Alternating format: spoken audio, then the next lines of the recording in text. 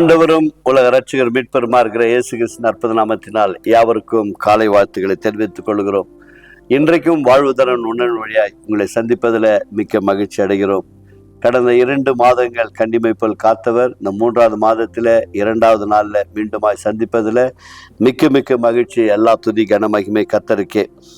இன்றைக்கும் ரோமர் 16ஆம் அதிகாரம் முதல் 5 வசனங்களை நாம் வாசிக்க கேட்போம்.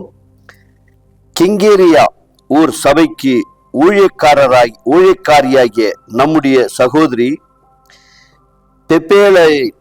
பெப்போயாலை நீங்கள் கர்த்தருக்குள் பரிசுத்தவான்களுக்கு ஏற்றபடி ஏற்றுக்கொண்டு எந்த காரியத்தில் உங்களுக்கு உதவி அவளுக்கு தேவையாய் இருக்கிறதோ அதிலே நீங்கள் அவளுக்கு உதவி செய்ய வேண்டும் என்று அவளை உங்களிடத்தில் ஒப்புவிக்கிறேன்.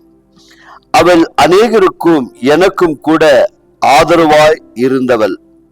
கிறிஸ்து இயேசுக்குள் என் உடன் வேலையாகிய பிரிஸ்கில்லாவையும் அக்கிலாவையும் வாழ்த்துங்கள். அவர்கள் என் பிராணனுக்காக தங்கள் கழுத்தை கொடுத்தவர்கள்.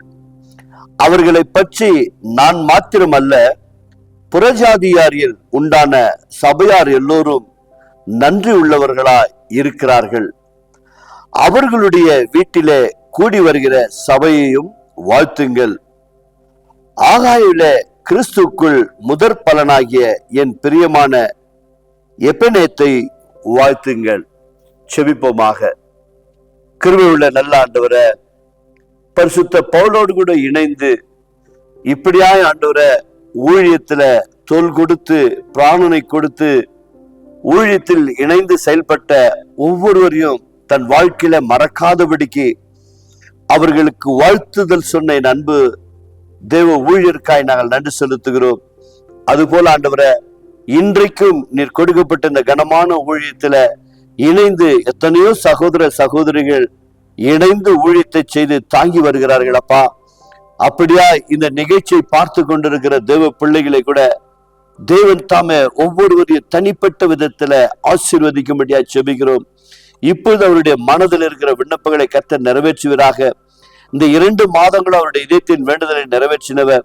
இந்த 3வது மாதத்துல கூட இந்த நிகழ்ச்சியின் வழியாய் யாரெல்லாம் ஆண்டவர் உலகமெங்கும் பார்க்கிற ஒவ்வொரு தேவ பிள்ளைகளுக்காக இந்த சமூகத்தில் நாங்கள் செபிக்கிறோம். சுவாமி, கர்த்தர் ஒவ்வொருவரையும் ஆசீர்வதிப்பீராக.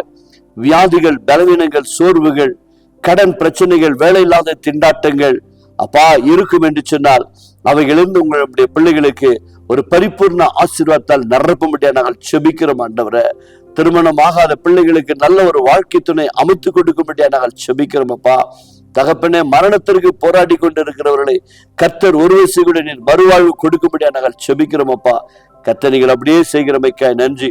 ஊழியத்துல தாங்கின பிள்ளைகள், தாங்கி கொண்டிருக்கிறவர்கள், இன்னமும் தாங்க போகிற ஒவ்வொரு தேவ பிள்ளைகளையும் நீர் கொண்டு வந்து சபையில சேர்க்க போகிற பிள்ளைகளையும் கர்த்தர் ஆசீர்வதிக்கும்படியாய் மீட்பர் இயேசு நாமத்தால் செபிக்கிறோம் எங்கள் நல்ல பிதாவே. ஆமென். God bless you. கர்த்தர் உங்களை ஆசீர்வதிப்பாராக.